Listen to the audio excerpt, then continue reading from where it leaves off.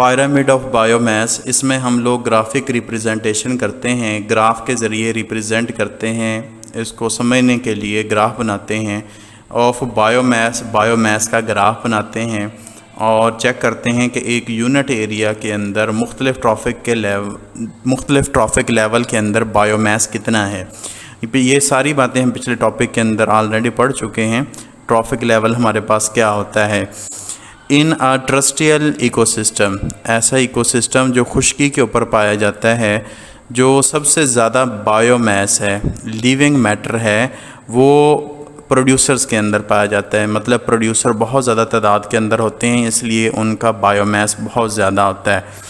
And there is a progressive decrease, اور bio mass جو ہے وہ کم ہوتا جاتا ہے جیسے جیسے نیکسٹ لیول آتا ہے، پروڈیوسر آتے ہیں، کنزیومر آتے ہیں، primary consumer, tertiary, secondary, decomposer, تو آہستہ آہستہ جو بایو میس ہے وہ کیا ہوتا جاتا ہے؟ وہ ڈکریز ہوتا جاتا ہے۔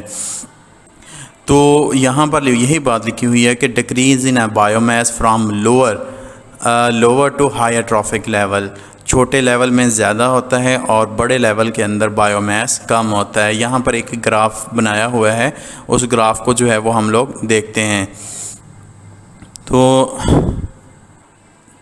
تو یہاں پر دیکھیں ہمارے پاس پروڈیوسرز موجود ہیں، پروڈیوسرز جو ہیں وہ دیکھیں تعداد کے اندر بہت زیادہ ہیں اور اس لیے یہاں پر بایو میس جو ہے وہ زیادہ ہے۔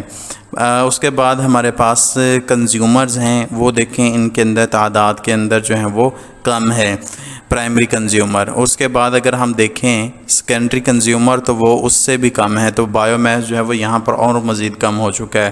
تو جو ٹرشری کنزیومر ہیں یہاں پر دیکھیں بایو میس بالکل ہی کم رہ چکا ہے۔ تو جیسے جیسے ٹرافک لیول انکریز ہوتا ہے تو بایو میس کیا ہوتا جاتا ہے؟ ہمارے پاس کم ہوتا جاتا ہے۔